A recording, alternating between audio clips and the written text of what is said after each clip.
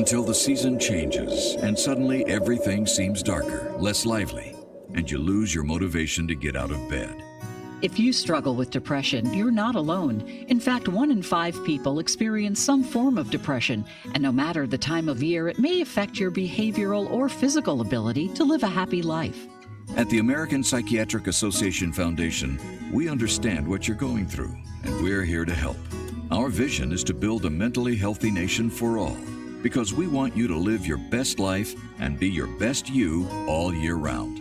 We work every day to eliminate stigma, combat mental illness and substance use disorders, and advance mental wellness. If you or someone you love needs help, you are not alone. Please visit mentallyhealthynation.org to learn more.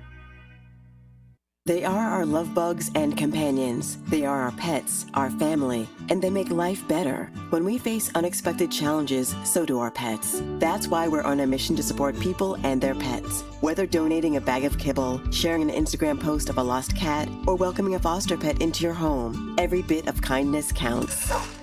Visit petsandpeopletogether.org to learn how to be a helper in your community. Brought to you by Maddie's Fund, the Humane Society of the United States, and the Ad Council. 91.3 FM WBNY is proud to present Democracy Now! With Amy Goodman. Welcome to Democracy Now! Award-winning investigative journalism. Is the NRA imploding? Providing relevant analysis that makes you think. Secret State Department documents, including evidence of U.S. war crimes. Fact-finding reports you will not hear elsewhere. Democracy Now! Airs Monday through Friday, 8 a.m. on 91.3 FM WBNY Buffalo. Ready for radio that's challenging, innovative, and encouraging? Tune in, Living for the People. This is L. Nathan Hare. Join me right here, 91.3 FM WBNY. Mondays, Wednesdays, and Fridays at 9 a.m. after Amy Goodman's Democracy Now! We'll provide objective analysis regarding current issues. Call 878-5104. It's Living for the People on 91.3 FM WBNY.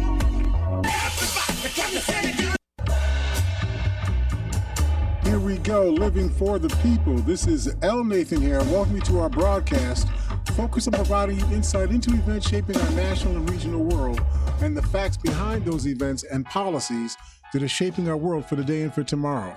Join us weekly on Mondays, Wednesdays, and Fridays from 9 a.m. to 10 a.m. following Amy Goodman's Democracy Now! Program. And of course, our program is live, so you can call and you can join our discussion. We really hope that you will. Our number here again is 716-878-5104. That's 716-878-5104. We're usually here with Norma Carter, who is our in-studio audience of one, but apparently he's out there trying to get his wheelbarrow full of money, into the garage so he can get over here to the studio. We'll talk to him, if not today, we'll talk to him on Friday. We're also here with Willie H., who does the live streaming of the program. He's our citizen of the 21st century. He's our engineer. He understands all of this equipment. Welcome, Willie. The people, welcome everybody. Living for the People with L. Nathan here. Mr. Norman has a funeral today. He has a funeral today. So calling y'all, 716-878-5104. That's 716-878-5104. You know that life has its cycles, right? Yeah. So people get born and people pass away, and we just have to celebrate people being born, and we need to honor and remember the people that pass away. Yeah. So much love to the family of those who are mourning today. Mm-hmm. I want to take today's program and talk. I'm not quite sure how I want to phrase this. Essentially, in my view, the Donald Trump that is erecting himself, putting himself and his people before the public, is a Donald Trump that literally is saying that he intends to destroy democracy. I'm going to try my best to make this understandable. Well, it's plain to see, Mr. Hare. Don't sugarcoat it. Mr. Trump is a dictator. He grew up as a dictator, taking what he wants, whatever he has to do, any means necessary. We saw it with the riot where he couldn't get the presidency, so he said, destroy it. If I can't get it, destroy it. And he provoked those. And now he knows, you know what? I could come out. I could be myself freely. I can come out and dictate and rule the way I want because that's what the people want. And that's the crux of it in my mind. When you say that's what the people want, Yeah. it's who are the people? Because the people can't be just the general public of the United States, because there's 330 plus million people in the United States, and I'm pretty sure the majority of those people do not want this country to be ruled by a dictator. That's true. Let alone ruled by Donald Trump. But he got enough. He knows he got enough to make it happen. And for the rest of them, later for them, they'll be peasants. They'll be our slaves, our servants. Willie, I'm concerned about what I just said. I said that there's not a majority of people in this country that would want Donald Trump or something like Donald Trump, like Ron DeSantis, to become the dictator of the new America. But I might not be correct.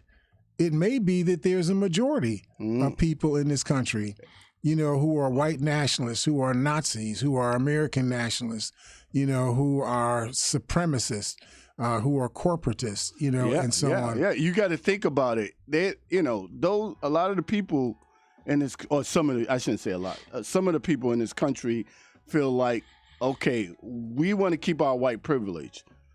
Donald Trump could do this for us because we know we're going to become the minority soon. So Donald Trump might be our only hope. So yeah, we may not believe in everything, but we know he can get the job done. And Trump knows, you know what, I can get the job done. And I can be myself freely. I can dictate because that's the way I like to flow and live. And what's so cynical about it is these people that Donald Trump represents, or that he is building his movement around, empire, right? His empire around. Yeah, that's it. The people think that, you know, this is our best route to ensure that we, you know, the people you just described, the white supremacists, you know, and Nazis and so on, that we retain, you know, rule over Power, this country, yeah, right? That's what their objective is. But the objective of Donald Trump is only to exploit them. Right, he don't care. He's just sucking them in, saying, I'll see to it that you guys will still stay in power and that you won't have any more Barack Obamas and Kamala Harris's, you know, being in the high rungs of power in this country. Right. I'll stop that. But what he's really doing is the 41% reduction in corporate taxes, right, for business. Okay, that's what he really wanted. Right. You know, the killing of agenda, the killing of like 30 or 40% of the regulations that force businesses to operate safely under a regulatory regime that you can follow, so that you can make sure that, or you can at least be able to regulate how these businesses operate. Go ahead. And Mr. Head, you just said it.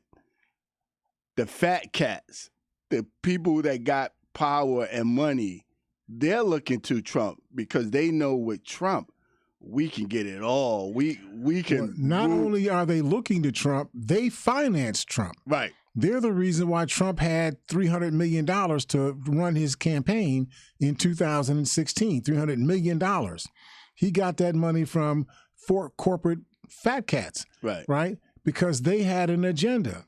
And in order to get their agenda to the surface without saying outright what their agenda was, they went to the population of people who they knew were looking for a champion. Right. Why do they want a champion? Because they've been in power, ruling over people, you know, for, you know, centuries. And the possibility that they may become the minority in this country rather than the majority of this country is motivating them. It's animating them. They want to retain power for their group against everybody else in this country. Right. So Donald Trump tapped into that. Right. Now, that's the same group that Richard Nixon tapped into in 1968, you know, in the presidential run, right, for the presidency in 1968. He tapped into what they called the Southern strategy. You had the Dixiecrats, who were generally Democrats, but as John Kennedy became the president of the United States and became the leader of the Democratic Party, he began to lead the Democratic Party in a different direction, away from being a party of Southern Dixiecrats, where that was their home. He said, we're going to be a big tent party, Yeah, I don't know why he wanted to go this route, but he wanted to be a big tent party. What that meant was we're going to have room for people that are anti-racist. We're going to have room for people that are anti-misogyny. We're going to have room for people that are anti-violence and bias against LGBT people. We're going to have a party of people that want to see corporations operate safely, that corporations and fat cats pay their taxes. Mm-hmm. That's what John Kennedy was championing, right? Mm-hmm.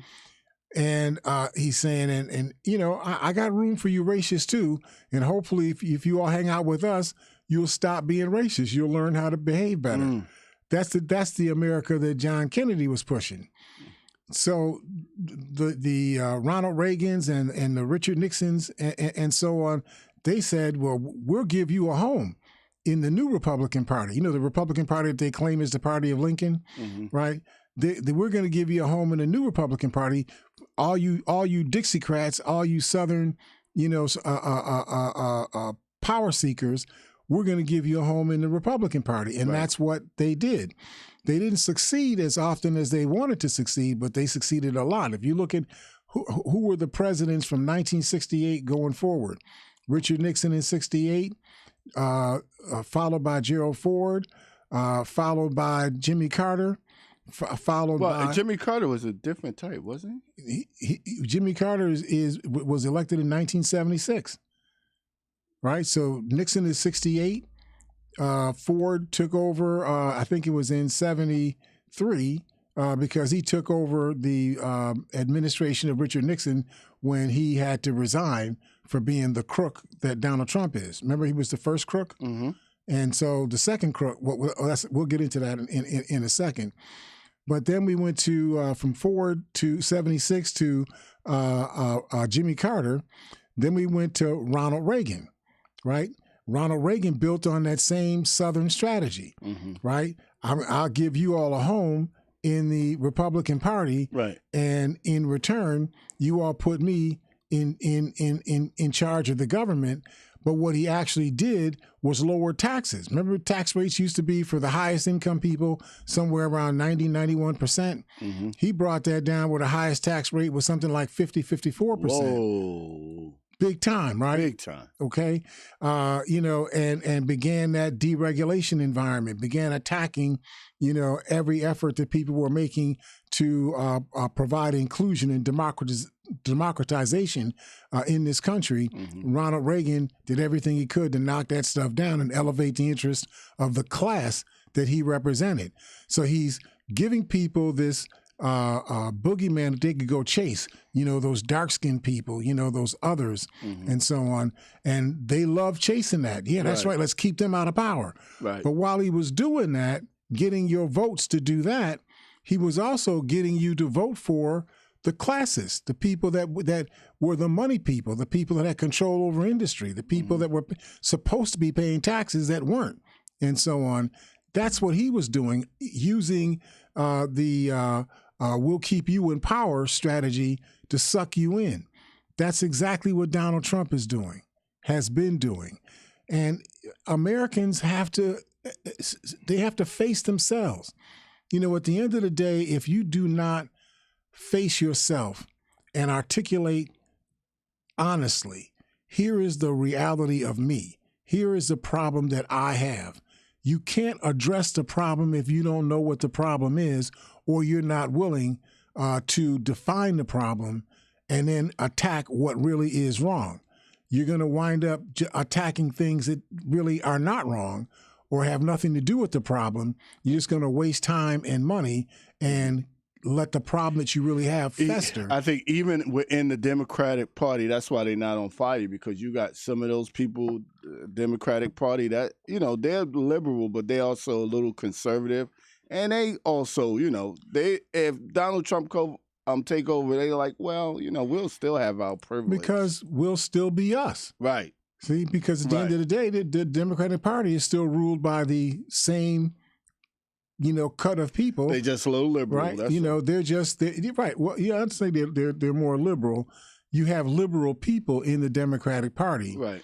And you have conservative people in the Democratic Party. Right. The Democratic Party presents itself as being a big tent party where there's room for all kinds of ideologies and ideas. Right. The Republicans say, no, we're not with that. No, we're going to hold up all confirmations of military officers in charge of parts of the Department of Defense, until you promise me that you won't allow anybody to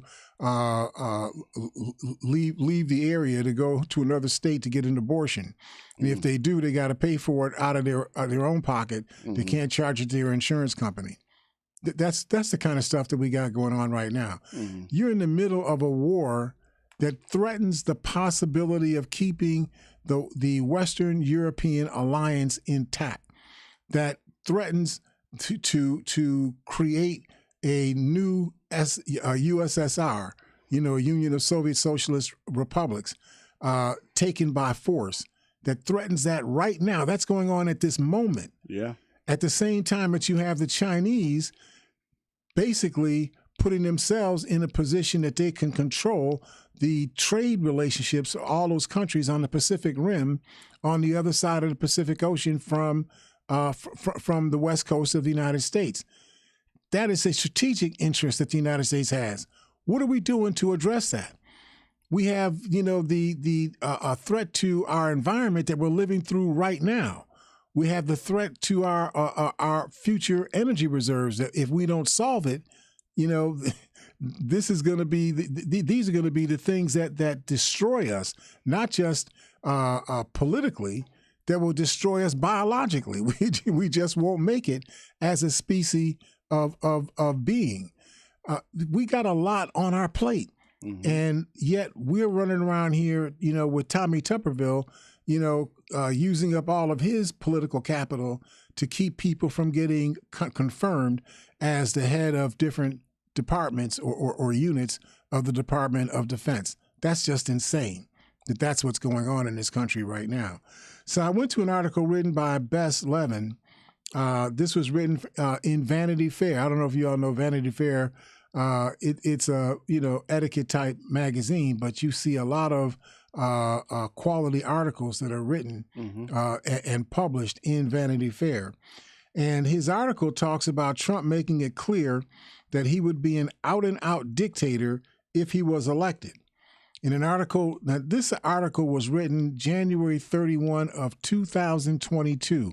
I went to this article because it presaged what we can now see actually has occurred and is occurring right now. This was in January of 2022. It says, from his insistence on telling people about his bathroom habits, whatever that meant, there's a lot of reasons why Donald Trump being reelected in 2024 would be a terrible, terrible turn of events. One of them that's never far from the mind these days. The fact that he's made it as clear as possible that if he would have absolutely no regard for the Constitution or the rule of law. This is the guy that keeps saying America, make America great again. He's saying that, but he's also saying out loud that he would have no regard. He does not have any regard for the Constitution or the rule of law, even less so than when he was in office the first time around, which you saw he had no regard for the Constitution then. He told former Vice President Mike Pence that he could totally have changed the outcome of the election. All you had to do was just refuse to accept the delegates that were submitted by the states that we lost and tell them that we have alternate delegates, and then say, in front of the joint session of Congress, we need to investigate this, and we're not going to be able to do all the investigations today, so we're going to have to table the joint session of Congress where you declare the electoral college votes won by each state or in each state. And because there's going to be confusion, there's so much confusion, we'll have to send the delegate selections to the state legislatures of each state. You had 154 million people vote in the election. All of their votes would have been canceled with what Donald Trump wanted Mike Pence to do. all their votes would have been canceled, and you would have gone to the legislatures in each of the 50 states. Each legislature would get one vote, not each legislator. The state itself only got one vote. So if the majority of the people in Alabama voted for the Republican, then that state submitted would get one vote, in that presidential election. Mm-hmm. Well, just think about how many state legislatures have a majority of Republicans in their state legislature. I think that's pretty close to 30. So if that's the case, and these 30 states that have a Republican majority in total only have 11% of the population in this country. Think about that for a second. That's what Donald Trump was scheming to do. 11% of the people would wind, or at least the politicians, the state legislatures representing 11% of the people would wind up voting for the presidency and choosing the president of the United States. Mm-hmm. That's what would have occurred. I'm pretty sure most people that believe in democracy would say that cannot be. That can't happen. But that almost did happen. Now, I'm not a fan of Mike Pence at all, okay? I mean, under any respect. But I do respect the fact that he was willing to say, you're not going to put me in the position where history is going to say that Mike Pence was the one who destroyed American democracy. Right. You're not going to do that to me. Right. You got to find some other horse to ride, mm-hmm. but it's not going to be me. Right. And I get that. At least he felt restrained by that. Donald Trump doesn't feel restrained by anything. And so Donald Trump said, according to this Vanity Fair article in 2022, he said that he would change the outcome of a democratic exercise if he doesn't like the outcome. So you can have democracy. You can vote all you want, majority vote all you want. But if your vote doesn't turn into what I want, I'm going to set your vote aside and do what I'm going to do anyway. Mm. He just told you that outright. So he said the last thing in this article, he said, I and I alone decide what the law says. Mm. That's Donald Trump. Wow. That's who you got right now who's leading in the polls for the Republican nomination, the Republican nominee for the presidency in 2024. You have a man who is telling you that if he is elected, his personal theorem, his philosophy, his belief system is that he and he alone decides what the law is. If that's what you want, that's what you're going to get with Donald Trump. Well, Mr. Here, I mean, all the allegations, all the, the criminal things that's against him, that even with that, you say he's leading as president. Anybody else, I would think that people would go, oh, I don't know. Not just leading, Will, he's got 54% of the polls in the Republican primary are for Donald Trump. 54% of these Republicans want somebody like that. Yeah. Wow. And 22% want somebody like Ron DeSantis. Wow. Who is really just like Donald Trump. He's just younger. He's just a smoother operator. That's I'm not sure how smooth he is. I know he's got a law degree from Yale. Yeah, but I think he's a bit smoother than Trump. I don't know. I know he's got a little dorky kind of quality to him. You know? Well, that's why Trump probably will win, because Trump is right out. Everybody knows where he stands. Those people that follow him knows where he's standing. Like, we want power, absolute power, absolute power. Yeah. So Alexander Hamilton. Hopefully you all remember him. We keep talking about these founding fathers of the country. Alexander Hamilton once said, people get the government that they deserve. Mm. He said, if you want to know what's wrong with our nation, we need to look in the mirror. And he was talking prospectively, 10 or 15 years after the founding of this country. He said, something has happened in America since 1776. And he was talking then about stresses where people that were in control of the government of America in 1790, 1795, that they were bending more towards, the elites you know, and a different form of a monarchy, you know, in this country, ruling this country. And there was a stress between that group and the group of people that wanted to see a broader, more inclusive democracy. Right. My father used to always take that theorem. He was an Alexander Hamilton, you know, enthusiast. He liked a lot of what Alexander Hamilton was about. He said, my father says, people vote for the government that they want, but they get the government that they deserve. And he meant that. Wow. So he says, so, you know, you all say you want all of this stuff, you know, and you vote for it. But at the end of the day, if you don't fight for it, then you didn't really want it. Right. You deserve it. So those that didn't vote, those that do vote, you get what you deserve. And you vote and somebody elects a person who actually despises democracy. You should be in that person's face.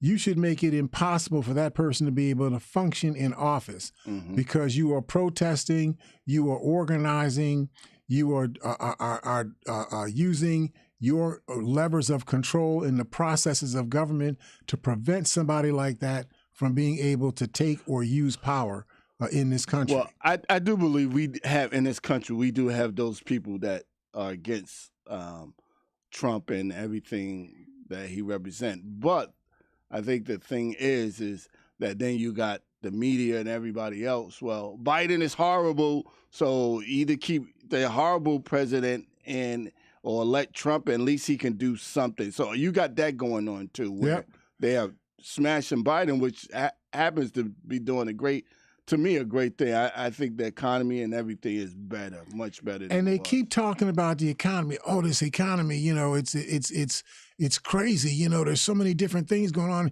You know, we can't figure out what it is. I don't know what you all are talking about. Yeah, I agree. Maybe there are things that are different in terms of their configuration than what you have been accustomed to in the past. Right. Well, you didn't have a COVID-19 pandemic in the past. Right. You didn't have the entire economy of the United States virtually shut down, 40% rather of the economy of the United States shut down all at once. You didn't have 23 million people lose their jobs in a 2 or 3 week period. You know, this is different. You know, when those people all went back to work, they went back to work, you know, over the course of a 7 or 8 month period. Most of those 23 million people went back to work. Right. That meant they were getting money in their pockets. Right. But the goods and services that those people needed, you know, that they want to spend their money on, they were not as available because the supply lines and all those other issues that were going on made those supplies of goods and services less available. So that caused inflation to go up. Right. But you end up with a radical decline in unemployment. You got unemployment at one point down to 3.2, 3.4%. Right? I mean, this is the best unemployment rate that we've had since World War II. And I see it everywhere. I see people being employed in my community. I can't say everywhere, but in my community, I see people. You being can see employed. see the results. People are working. Right. People are working. You may still not like your job, but you know now you're getting $17 an hour for a minimum wage. Right. So, instead of bringing home before $400 a week, you're bringing home close to $800 a week. Talk to me. Talk to me. That's exactly what I'm talking about. That's right? That's what it's like right now. And I want you all to know that you're listening to somebody who took his first job in 1959, and I'm telling you, I my mouth is poked out. I was working for 25 cents an hour. Wow. You got the gall to tell me that you're upset because you're making $17.50 for a job that it didn't take you more than 6 minutes to learn how to do. Right. And I had to work for 25 cents an hour. Right. You know what? What I really think it is, I think it's the corporate world, the fat cats don't have as much control. I'm going to tell you why. Because now that more people are working, even myself, I just got a text yesterday, some seasonal work I normally do. And the pay rate is so low, I text back, you guys got to come up with you got to increase that price. I'm not working this season. Because now, for what you asking me to do, I can make more than that sitting down, relaxing. At McDonald's. Right. You could flip hamburgers and make $17 Not even an hour. McDonald's. I could be relaxing, sitting down in a nice cozy atmosphere, people feeding me, and then you want me to go out and work in a cold, hard work laborers? Yeah. No way am I doing that no more. Not for that price. Not for that price. And $34 an hour, you might think about it, right? Right, exactly. So what I get concerned about, Will, is there were something in the area of 73 to 74 million American people who were voters who actually voted in the 2020 election. 73 to 74 million who voted for Donald Trump. Wow.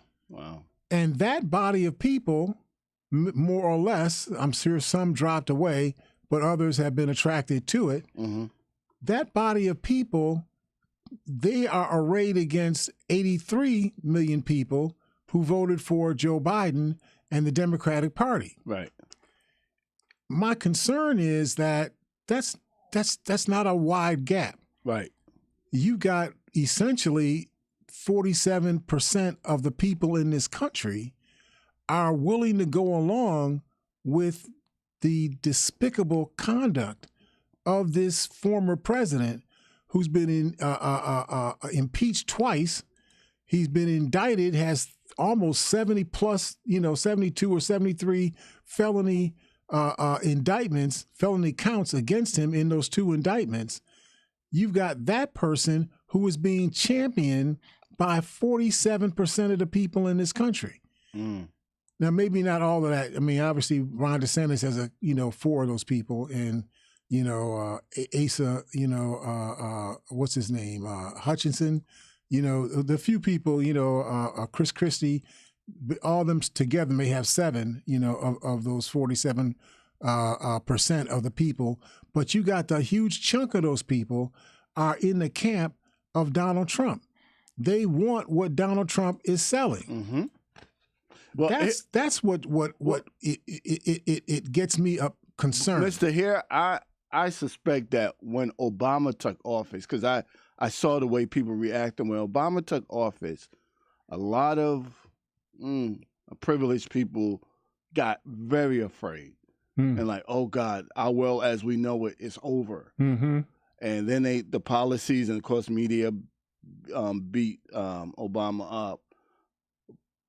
And what happened is, in their mindset, is like, we got to do whatever is necessary to get him out and to bring in somebody that's going to at least keep us in power, keep our white privilege, keep whatever our, they don't want to see this country grow into being the multicultural, inclusive democracy that they keep claiming is the ideal that America was founded on. So they keep claiming all of these ideals America is founded on until you start calling them out on the ideals. Then you say, well, I know we said that, but we didn't really mean it, you know? We just want to look good, we just wanted to. It's like, in the slave days, they put a Bible in your hand, right? But they didn't want you to read it. Just hold the Bible while we're talking in church. Just know that you're the servant and we rule over you. That's basically what they wanted them to know. You're the servant. We rule over you. You do what we tell you to do. Accept your place. Right. Okay. That's all we want you to know. So we're going to talk a little bit more about this and then a few other things. So please stick with us. Our number here is 716-878-5104. That's 716-878-5104. Call in. We'd like to hear your thoughts on what's going on in this country right now and your view of it. The way I see it may not be the way you see it. I'd like to hear the way you see it. So stick with us. We will see you on the other side of the break here at Living for the People at 91.3 FM WBNY.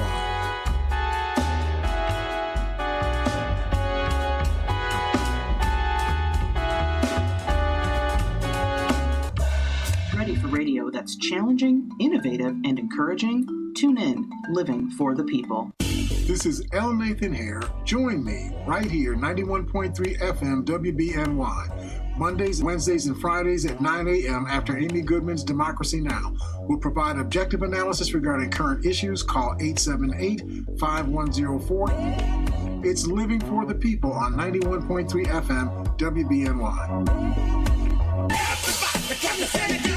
91.3 FM WBNY is proud to present Democracy Now! With Amy Goodman. Welcome to Democracy Now! Award-winning investigative journalism. Is the NRA imploding? Providing relevant analysis that makes you think. Secret State Department documents, including evidence of U.S. war crimes. Fact-finding reports you will not hear elsewhere. Democracy Now! Airs Monday through Friday, 8 a.m. on 91.3 FM WBNY Buffalo. Join us every Friday, y'all, 10 a.m. to 11 a.m. with Talia Talks. That's every Friday, 10 a.m. to 11 a.m. Latinas make history every day. Okay.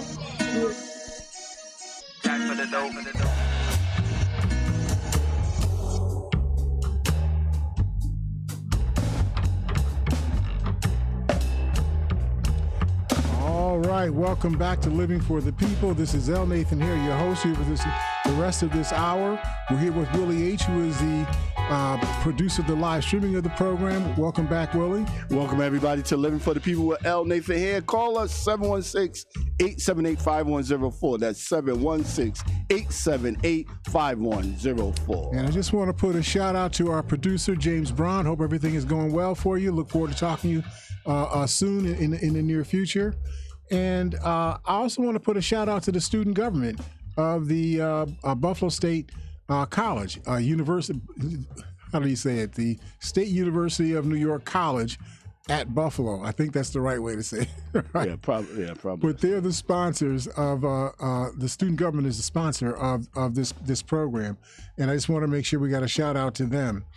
And so, when I went to this article written by Tal Axelrod, that was entitled "Trump's Unprecedented Campaign Pitch is Elect Me to Get Revenge on the Government." Come on, are you kidding me? Yeah, that sounds like Trump. Trump told his supporters not just to see him as a candidate. He said, "I want you all to see me as your retribution. I want you to know that if you get Donald Trump as your retribution, you're the one who's going to get retributed on, because you're the one who's not going to be able to pay. You're not going to have the tax revenue that you need to be able to pay for the cost of your government.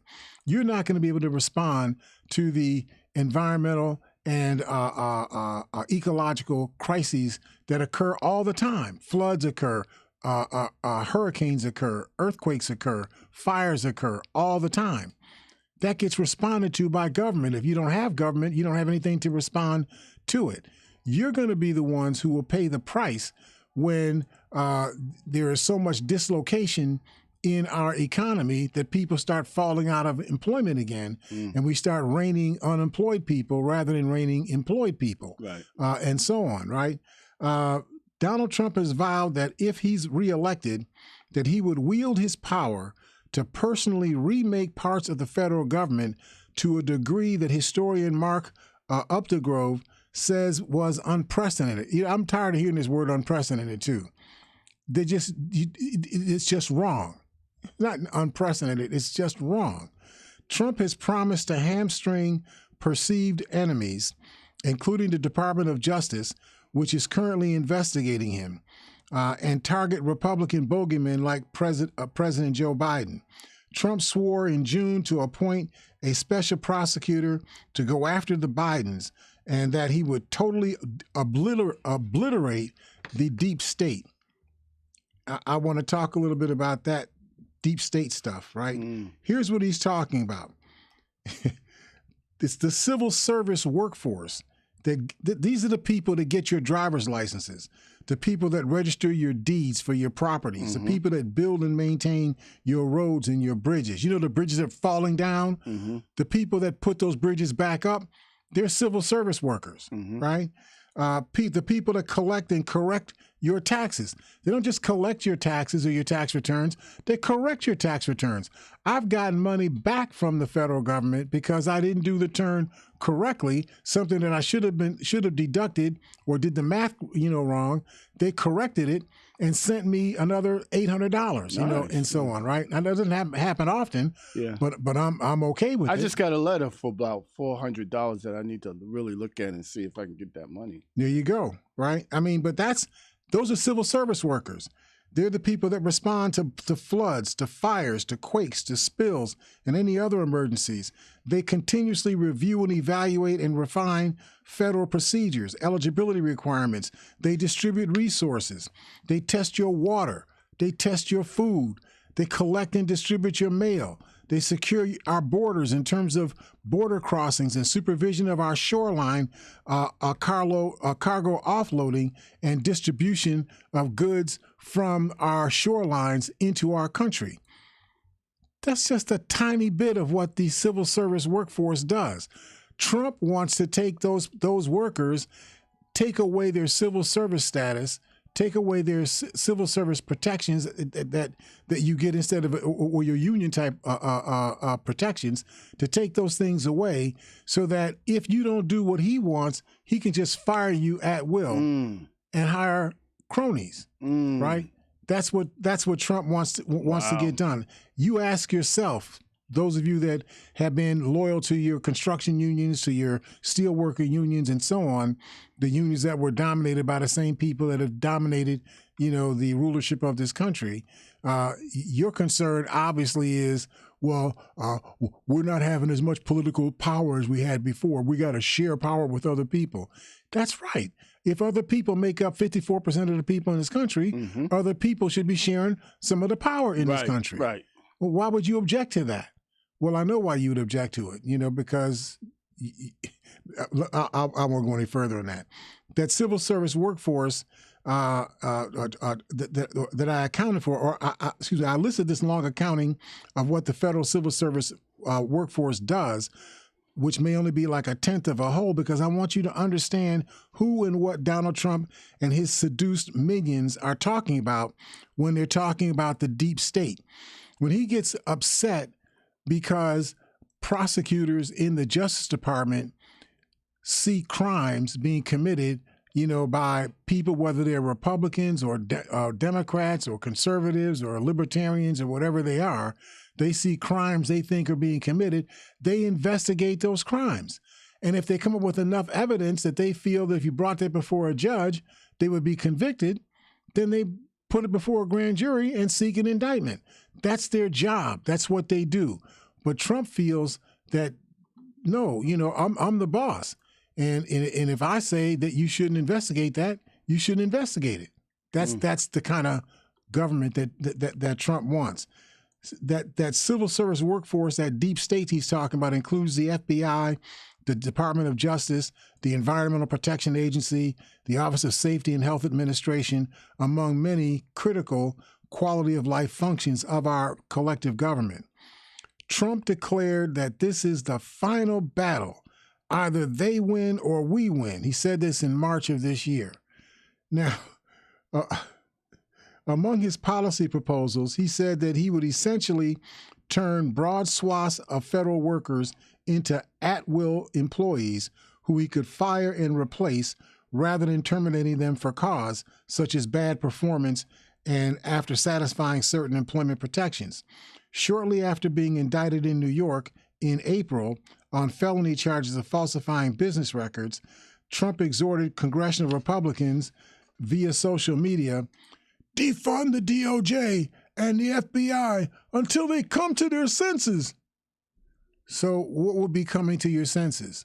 Oh, I see you stealing money from, you know, people you have contracts with. We won't prosecute you for that. Oh, I see you bribing people. We won't prosecute you for that. We see you embezzling money. We won't prosecute for that. We see you committing fraud and seducing Americans to give you $200 or $300 million, you know, to pursue whatever your aims are in your life, and telling people that the reason why you're asking for that money is because the election was stolen from you on November 3rd of 2020, when you know that that's an outright lie. So you were defrauding people by taking money from them based on something that you knew was untrue. But I'm Donald Trump. That's what I do. I was doing that before I met you. When it was just me and my dad, right, denying housing to minority people in New York City, right, overcharging people, in New York City, right, building some housing that was defective. When it was being constructed, it was being constructed defectively. Hey, Mr. Here, I saw a piece on social network. Snoop Dogg was talking to Trump. They was roasting, I guess. They was roasting Trump, and Snoop Dogg was talking to Trump, and he made a joke like, "Oh, you used to kicking black folks out of their homes," something like that. He made a joke. People started laughing, but they went, "Ooh, yeah," because that's what he does. Yeah, and some of them were doing the same thing. Right.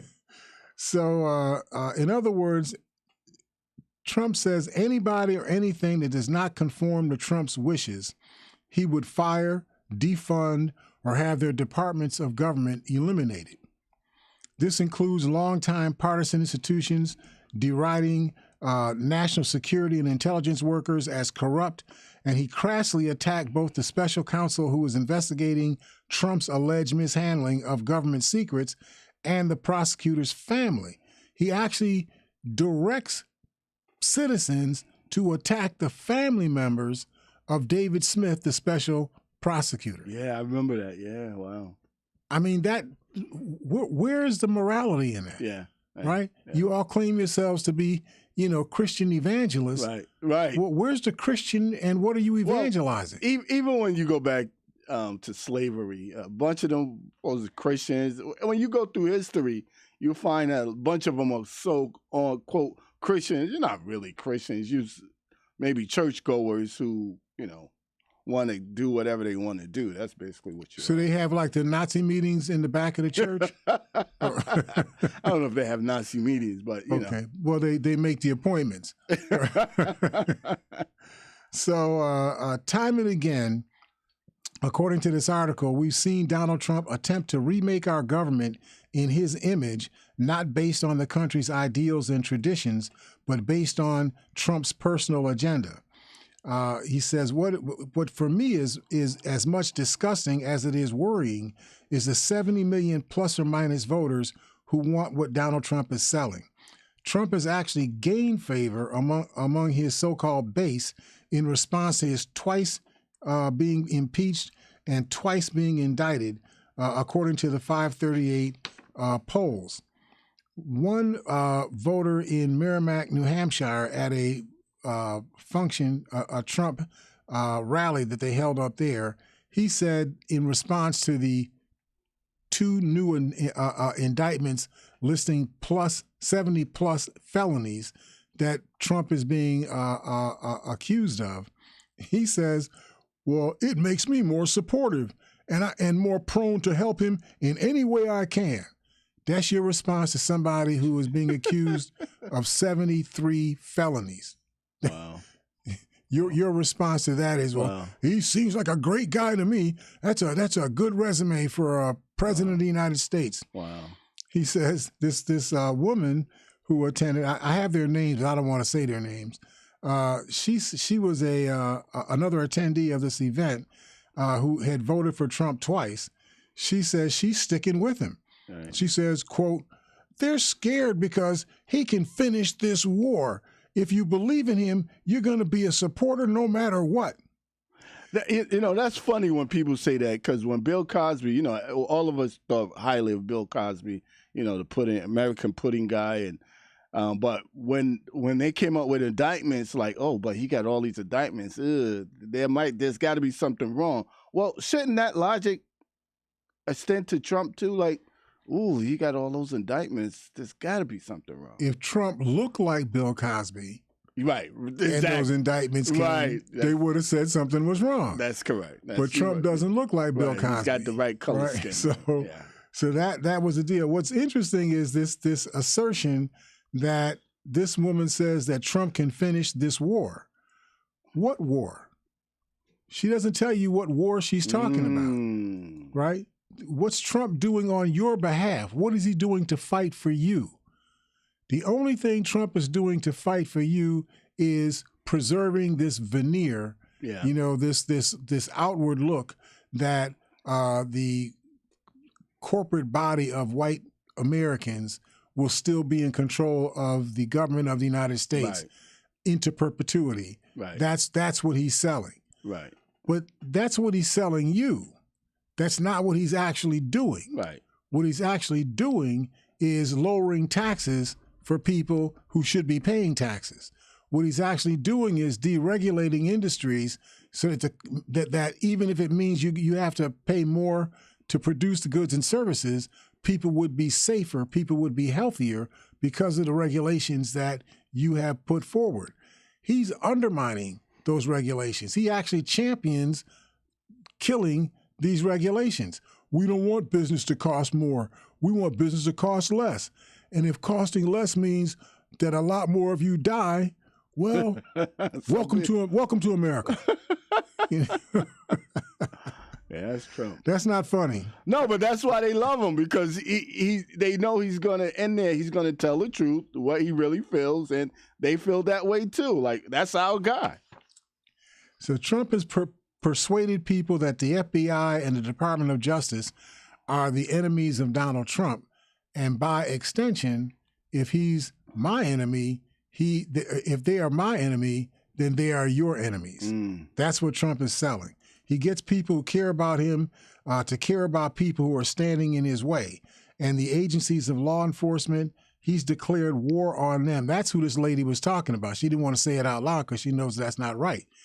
But what she's talking about is Donald Trump is declaring war on the Department of Justice, declaring war on the FBI, declaring war on anybody, the EPA, anybody that would hold Trump accountable or who would hold the business and corporate elites and wealthy elites in this country accountable. Right. He's at war with those people. That's what Trump is really all about.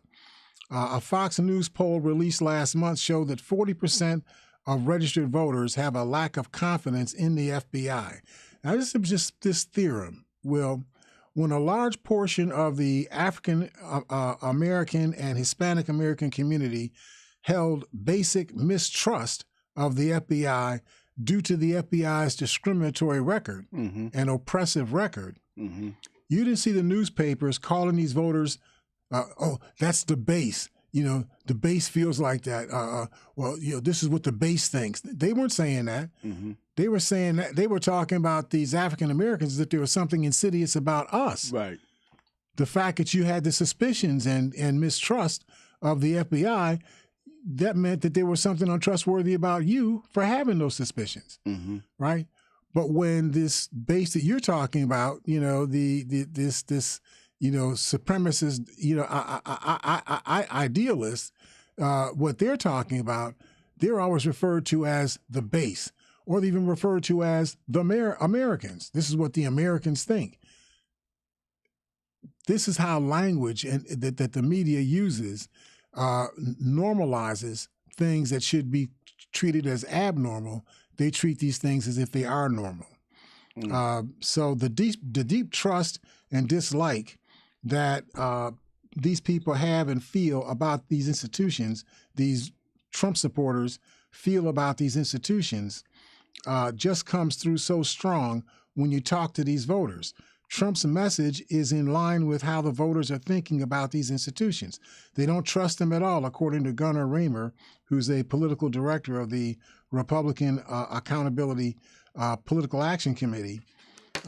He says that the Americans who hold these views were the champions of the police state enforced on African communities around the country. When these enforcement institutions began to more consistently enforce the laws when the crimes are being committed against Black and brown people, all of a sudden the so-called base became afflicted with mistrust and suspicion. When they were using the FBI and the Department of Justice and the police to oppress Black and brown people in this country, you didn't hear anybody talking about, you know, any misfeelings, you know, you know, towards those institutions. But as soon as it turned out that they started saying, okay, I guess we've been doing wrong all this time. These people are doing wrong right now. Let me indict these people. Oh no, that's horrible. You're turning your lens on us. Right. That's the difference. We should never be the ones that are accused. Right. Anything we do is right. It's only when you do wrong. Right. When others do wrong. When you're here to protect us. Don't look at us. Don't blame us for anything. You're here to protect us. And I would think also that now the FBI and all the other organizations now have people of color in them, so that might be another reason why. And so I'm gonna let this go. You think you basically have the content here is that the Trump is telling you outright. I think you have a caller coming on too. Yeah. Trump is telling you outright that he would actually undo, if not outright destroy, American democracy if he takes over. There's another quote in this article. It says, "I would not be surprised that if any Republican takes over, not just Trump or any Republican, that you would see a further politicization / weaponization of the Justice Department and less of the courtesy that they used to give to former elected officials." We're on the threshold of something. Do we have a caller hanging on? Yeah, we got a call. Let me grab that call real quick. Hi, caller, are you there? Yes, I am. Good morning. Good morning. How are you doing today?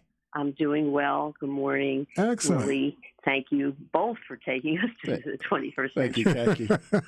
So, I heard you this morning earlier talking about fat cats, but the sad facts remain that this is not a country where the majority is fat cats, nor should it be. Mm-hmm. But, we want to, the wealth should be more equitable. Yeah. But, I wanted to say that it's what's really keeping him in power or giving him the former president, Trump, is the psychological that people have a need to identify with powerful people. And that's, it really is. Yeah. The people have a need for an authoritarian personality. Yep. And I just want to read you a quote that a friend of mine sent me this morning. It's from Joseph Heller, the author of Catch-22. Yeah. This is the quote. "It was miraculous. It was almost no trick at all. He sought to turn vice into virtue and slander into truth, impotence into abstinence, arrogance into humility, plunder into philanthropy, thievery into honor, blasphemy into wisdom, brutality into patriotism, and sadism into justice. Anybody could do it. It required no brains at all. It merely required no character." So with that, I'll take your comments off the air, and thank you very much for continuing to shine light so that we will all be informed citizens. God bless you. Thank you so much. God bless you. Thank you so much. Bye now. That is just right on point, because that's classic what she just said. That's it. The qualifications that you need to have to be the kind of thing that Donald Trump is to be a person that has no values whatsoever, that has no principles whatsoever, that has no character. You have to be a low character type person. That you how else would you do? Remember when he walked across the square in front of, I think it's St. Andrew's Church in Washington, D.C., and this is when they were having the Black Lives Matter protests. He had a Bible. And he had the police come, the soldiers come and clear all of the people away so that he could stand in front of the church with the Bible, which he actually was holding upside down. Seriously. And take a photo op, making it look like he was a Christian, warrior and whatnot, leading the American people. Clearly no principles, no values, no character at all. That is exactly what Donald Trump is. He is the epitome of that. And I get it. I hadn't thought about the postulation that she just gave about people that have a basic need to follow a strong leader. You know what I mean? They feel more comfortable, more confident when they have a leader in front of them, who's like a Mussolini type person, a strong, leadership type individual, even if that person is bad, but they're strong. Being strong is more important than being right. Yeah. And that seems to be a core thread of what is going on in our country right now. Most people that pick a leader, whether it's good or bad, is usually a strong looking, a strong person that can get stuff done. Doesn't matter if it's good or bad, but they can get stuff done. They can convince people. They usually, big in size or mind, but doesn't matter. Like I said, whether they're good or bad, it's just that they can get stuff done. Yep. I think that really captures it. In fact, Mark Lauder, who was the director of strategic communication for Trump's 2020 presidential bid, he's now at the America First Policy Institute. He said that the 2024 Trump strategy builds off of the 2016 pitch, when he channeled voter frustration over trade and Barack Obama's presidency into a surprise win. Just what you were saying, Will, that Barack Obama becoming president was a motivating factor in Trump, coming to the fore in the first place. Yeah. Trump went to the American folks and said, listen, I've been telling you all, this is becoming a majority-minority country. Yep. We're about to lose power. Yep. Here's proof. Not only did you elect him once, you elected him twice. I see. When Obama got made president, it was almost like, what's the guy that got off a trial? The black guy, the sports guy that supposed to kill his wife. What was his name? Who? O.J. Simpson? O.J. Simpson. Right. When O.J. Simpson they said, he was free. When I went to work that day, I could see the white people was in dismay, like their world had turned. Of course, we was a little happy because we felt like we finally got some justice, even though maybe that wasn't justice. But the same thing happened when Obama became president. You could see the looks on their face like our world is over. The world as we know it is over. Absolutely. And so that's where Trump came in, like, listen, I can get it back if you want. So I tell you, I know we're at the end of our hour, but what Mark Lauder is talking about, he says that Trump captured this feeling of people who are tired of being tired of being lied to, tired of being lied to by politicians and office holders of both political parties. He says, and they were sick and tired of another poll-tested Washington creation politician. He says, I think he taps into that, and he's been able to keep it going. At least it is at least intriguing, in my view, that Trump told at least 30,000 lies on the record in his statements before the American public, and yet Trump supporters think that Donald Trump is trustworthy. Wow. That you can't be that stupid, okay? So this is not about truth. This is just about what you want. And you translate reality into what you want. Right. As my father said, you vote for the government that you want, but you get the government that you deserve. Yeah. If you don't want what Donald Trump is selling, you need to do everything in your power to resist it and to vote it out of power as soon as you possibly can. Right. Thank you all for listening to us and supporting us. Thank you, Kathy, for your input. That was a great input for today's show. We look forward to talking to you all on Friday here at Living for the People at 91.3 FM WBNY. We will see you all then.